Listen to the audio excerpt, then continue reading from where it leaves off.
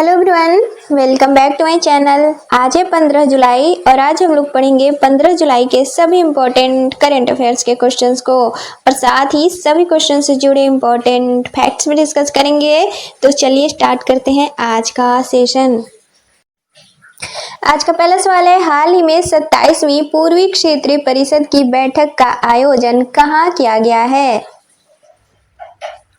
तो हाल ही में 27वीं पूर्वी क्षेत्रीय परिषद की बैठक का आयोजन झारखंड के शहर रांची में किया गया है। इसकी अध्यक्षता अमित शाह द्वारा की गई, जो कि वर्तमान में केंद्रीय गृह मंत्री और सहकारिता मंत्री हैं। इस बैठक में झारखंड के मुख्यमंत्री हेमंत सोरेन और वित्त मंत्री राधाकृष्ण किशोर शामिल हुए, जबकि बिहार की तरफ से उप मुख्यमंत्री सम्राट चौधरी और वित्त मंत्री विजय कुमार शामिल हुए। ओडिशा से मुख्यमंत्री मोहन चरण मांझी और उप मुख्यमंत्री पार्वती परिदा शामिल हुए और मंत्री मुकेश महालिंग शामिल हुए, जबकि पश्चिम बंगाल की तरफ से वित्त मंत्री चंद्रिमा भट्टाचार्य शामिल हुए हैं। अब इस बैठक के प्रमुख मुद्दे क्या रहे जिन पर इस बैठक में चर्चा की गई?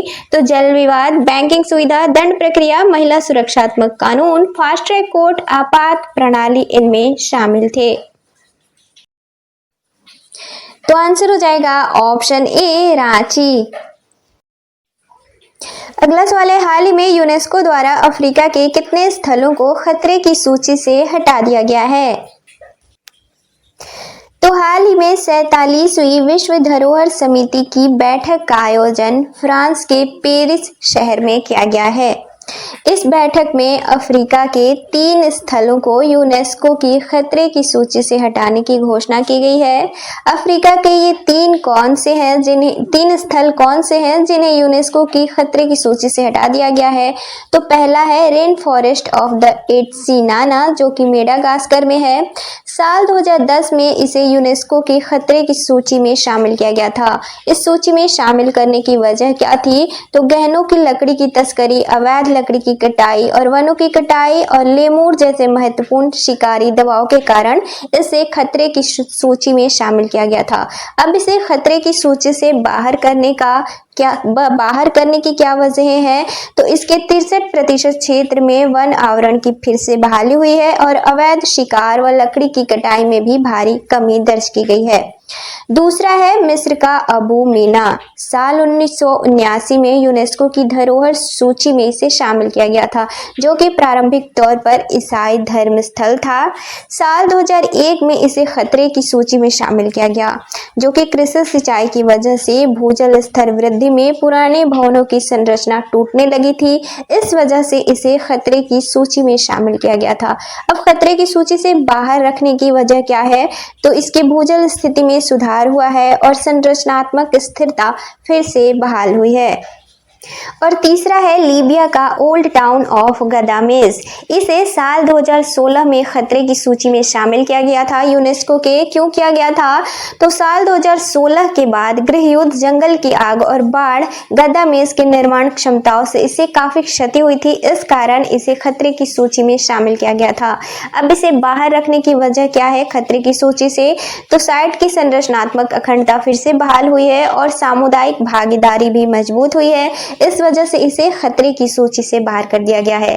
अब इन तीनों स्थलों के खतरे की सूची से बाहर रखने का अर्थ क्या है? तो खतरे की सूची से बाहर करने का अर्थ है कि फिर से ये सामान्य विश्व धरोहर की श्रेणी में शामिल हो जाते हैं। तो आंसर हो जाएगा ऑप्शन सी, 3। अगला सवाल है, हाल ही में विंबलडन महिला एकल का खिताब किसने जीता है? तो विंबलडन 2025 यह टेनिस से संबंधित है। हाल ही में विंबलडन 2025 का समापन हुआ है। इसमें महिला एकल का खिताब पोलैंड की ईगा स्वियाटेक ने जीता है, जबकि उप विजेता अमेरिका की अमांडा अनीसिमोवा रही हैं। पुरुष एकल का खिताब इटली के यानिक सिनेर ने जीता है, जबकि उप विजेता स्पेन के कार्लोस अल्कराज रहे हैं। तो आंसर हो जाएगा ऑप्शन डी, ईगा स्वियाटेक। अब लॉन टेनिस के बारे में थोड़ा और जानेंगे। तो साल में 4 ग्रैंड स्लैम टूर्नामेंट होते हैं। इसका शॉर्ट ट्रिक है अफवाह। पहले ए से ऑस्ट्रेलियन ओपन जो कि हार्ड कोर्ट पर खेला जाता है और यह साल का पहला ग्रैंड स्लैम टूर्नामेंट है। दूसरा है एफ, इससे है फ्रेंच ओपन जो कि क्ले कोर्ट पर खेला जाता है और यह साल का दूसरा ग्रैंड स्लैम टूर्नामेंट है। तीसरा है डब्ल्यू, इससे विंबलडन जो कि ग्रास कोर्ट पर खेला जाता है और यह साल का तीसरा ग्रैंड स्लैम टूर्नामेंट है। और चौथा है ए, इससे अमेरिकन ओपन, इसे यूएस ओपन भी कहा जाता है। ये हार्ड कोर्ट पर खेला जाता है और यह साल का अंतिम और चौथा ग्रैंड स्लैम टूर्नामेंट है।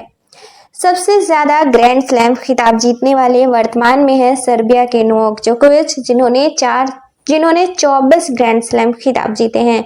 दूसरे पे हैं स्पेन के राफेल नडाल, इन्होंने 22 ग्रैंड स्लैम खिताब जीते हैं। तीसरे पर है रोजर फेडरर जिन्होंने 20 ग्रैंड स्लैम खिताब जीते हैं।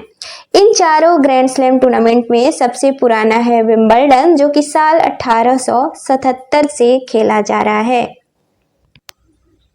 अगला सवाल है, हाल ही में मानव हाथी संघर्ष को कम करने के उद्देश्य से गंज नहीं गज मित्र योजना की शुरुआत किस राज्य सरकार द्वारा की गई है? तो हाल ही में असम सरकार द्वारा गज मित्र नामक योजना की शुरुआत की गई है जो कि हाथियों की मृत्यु दर में कमी लाने और उनके प्रवासों की सुरक्षा करने के उद्देश्य से की गई है। साथ ही मानव हाथी संघर्ष को कम करना और इनके टकराव की घटनाओं को भी रोकना इसका मुख्य उद्देश्य है।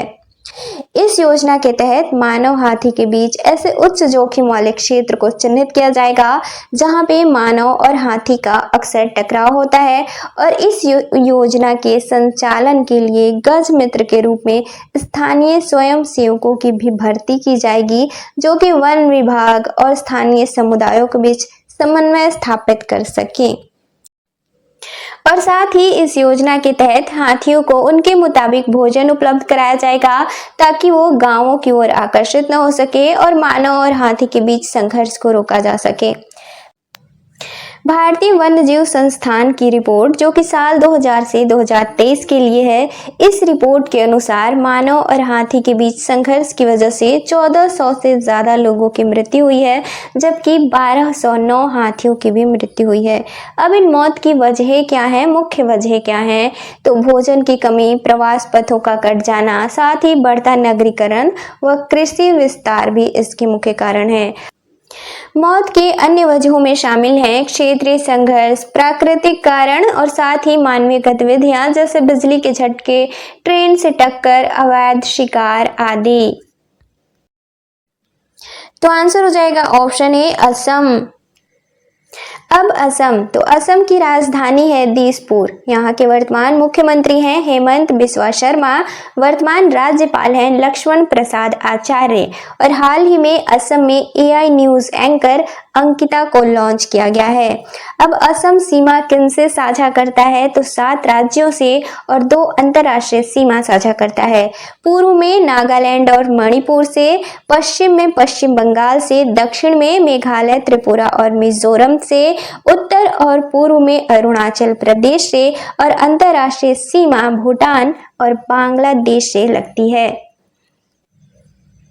अगला सवाल है, हाल ही में फीफा द्वारा जारी रैंकिंग के अनुसार भारतीय पुरुष फुटबॉल टीम कौन से स्थान पर है? तो हाल ही में फीफा द्वारा फुटबॉल टीमों की रैंकिंग जारी की गई है। इस रैंकिंग के अनुसार भारतीय पुरुष फुटबॉल टीम 133वें स्थान पर है वर्तमान में, जो कि पिछले 9 वर्षों में भारत का यह सबसे खराब रैंक है। दिसंबर साल 2016 में भारतीय पुरुष फुटबॉल टीम 135वें स्थान पर थी, जो कि पिछले 9 सालों में सबसे निचला रैंक था। फरवरी साल 1996 में भारत अपने सर्वश्रेष्ठ रैंक पे पहुंचा था। ये रैंक कितना था? तो 94वां। एशिया स्तर पर भारतीय पुरुष फुटबॉल टीम 24वें स्थान पर है, जो कि इस एशिया स्तर की रैंकिंग में 46 देशों को शामिल किया गया है। तो आंसर हो जाएगा ऑप्शन सी 133वें स्थान पर। अगला सवाल है, हाल ही में अस्मिता वेट लिफ्टिंग लीग का आयोजन कहाँ किया गया है? तो अस्मिता वेट लिफ्टिंग लीग 2025 हाल ही में संपन्न हुआ है। इसका आयोजन 8 से 9 जुलाई 2025 तक किया गया था। कहाँ किया गया था? तो उत्तर प्रदेश के मोदी नगर में। इस लीग में 42 युवा महिला एथलीट 8 अलग अलग वजन वाले वर्गों में भाग लिए थे। इसका उद्घाटन मनसुख मंडाविया द्वारा किया गया था, जो कि वर्तमान में भारत के खेल मंत्री हैं। साल 2025 से 2026 तक 852 अस्मिता लीग्स का आयोजन किया जाएगा, जिसमें कि 15 खेल विधाओं में ये अस्मिता लीग आयोजित किए जाएंगे, जिसमें कि देश की 70,000 से ज्यादा महिला खिलाड़ी भाग लेंगी। यह लीग महिलाओं के खेल को बढ़ावा देने के अस्मिता पहल का हिस्सा है। तो आंसर हो जाएगा ऑप्शन सी, मोदी नगर। अब कुछ और सवालों को वन लाइनर के तौर पर देखेंगे। तो पहला है, हाल ही में हिंदुस्तान यूनिलीवर ने अपनी पहली महिला एमडी और सीईओ के तौर पर किसे नियुक्त किया है? तो प्रिया नायर को। अगला है, हाल ही में किस राज्य या केंद्र शासित प्रदेश में मुफ्त बस यात्रा के लिए महिलाओं के लिए सहेली कार्ड लॉन्च किया गया है? तो नई दिल्ली में। अगला है, केयर एज द्वारा जारी की गई रिपोर्ट के अनुसार दुर्लभ मृदा तत्वों के भंडारण में भारत को दुनिया में कौन सा स्थान दिया गया है? तो तीसरा। अगला है, हाल ही में पहली बार विश्व अश्व दिवस कब मनाया गया है? तो 11 जुलाई को। अगला है, हाल ही में भारतीय तीरंदाजी संघ ने तीरंदाजी शिक्षा को बढ़ावा देने के उद्देश्य से किसके साथ समझौता किया है? तो एमिटी विश्वविद्यालय के साथ। अगला है, हाल ही में किस देश को जुलाई 2025 के लिए संयुक्त राष्ट्र सुरक्षा परिषद का अध्यक्ष नियुक्त किया गया है? तो पाकिस्तान को। अगला है, हाल ही में बेहतर व्यापार प्रणालियों को बढ़ावा देने के लिए कहां व्यापार सुविधा सम्मेलन 2025 का आयोजन किया गया है? तो नई दिल्ली में। अगला है, हाल ही में किसके द्वारा प्रोटीन के अध्ययन के लिए बायोएम नामक एक शक्तिशाली एआई आधारित प्रणाली को विकसित किया गया है? तो माइक्रोसॉफ्ट के द्वारा। अब कल के क्वेश्चंस का रिवीजन करेंगे। तो कल का पहला सवाल था, अंतर्राष्ट्रीय मलाला दिवस कब मनाया जाता है? तो इसका राइट आंसर था ऑप्शन डी, 12 जुलाई। अगला सवाल था, हाल ही में वृक्ष की नई प्रजाति की खोज किस राज्य में की गई है? तो इसका राइट आंसर था ऑप्शन सी, असम। अगला सवाल था, हाल ही में लॉन्च 10 पैसे का पोस्ट कार्ड नामक पुस्तक किसके द्वारा लिखी गई है? तो इसका राइट आंसर था ऑप्शन बी, एस.एन. अहमद।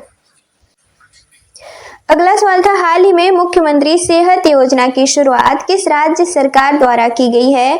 तो इसका राइट आंसर था ऑप्शन डी, पंजाब। अगला सवाल था, भारत द्वारा किस वर्ष निशानेबाजी विश्व कप की मेजबानी की जाएगी? तो इसका राइट आंसर था ऑप्शन सी, साल 2027।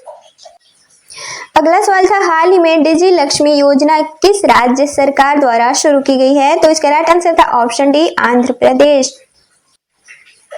अगला सवाल था, सिंदूर ब्रिज किस राज्य या केंद्र शासित प्रदेश में स्थित है? तो इसका राइट आंसर था ऑप्शन सी, महाराष्ट्र। और कल के वन लाइनर के सवाल थे। पहला था, हाल ही में चिंता रविंद्रन पुरस्कार से किसे सम्मानित किया गया है? तो शरण कुमार सिंबाले को। अगला था, 6 जुलाई 2025 को श्यामा प्रसाद मुखर्जी की कौन सी जयंती मनाई गई है? तो 125वीं। अगला था, पीटर रुफाई किस देश के फुटबॉल खिलाड़ी थे जिनका हाल ही में निधन हो गया है? तो नाइजीरिया के। अगला था, राष्ट्रीय मत्स्य किसान दिवस कब मनाया जाता है? तो 10 जुलाई को। अगला था, किस राज्य ने बैटरी निर्माण के लिए राष्ट्रीय पुरस्कार जीता है? तो तेलंगाना ने। अगला था, किस राज्य में फर्जी संतों के खिलाफ ऑपरेशन काल नेमी शुरू किया गया है? तो उत्तराखंड में। अगला था, हाल ही में जारी टाइम 100 क्रिएटर्स लिस्ट 2025 में एकमात्र भारतीय के तौर पर कौन शामिल किए गए हैं? तो प्राजक्ता कोहली। अगला था, $4 ट्रिलियन मूल्य तक पहुंचने वाली पहली कंपनी कौन सी बनी है? तो एनवीडिया। अगला था, हाल ही में गणेश उत्सव को किस राज्य का राज्य उत्सव घोषित किया गया है? तो महाराष्ट्र का।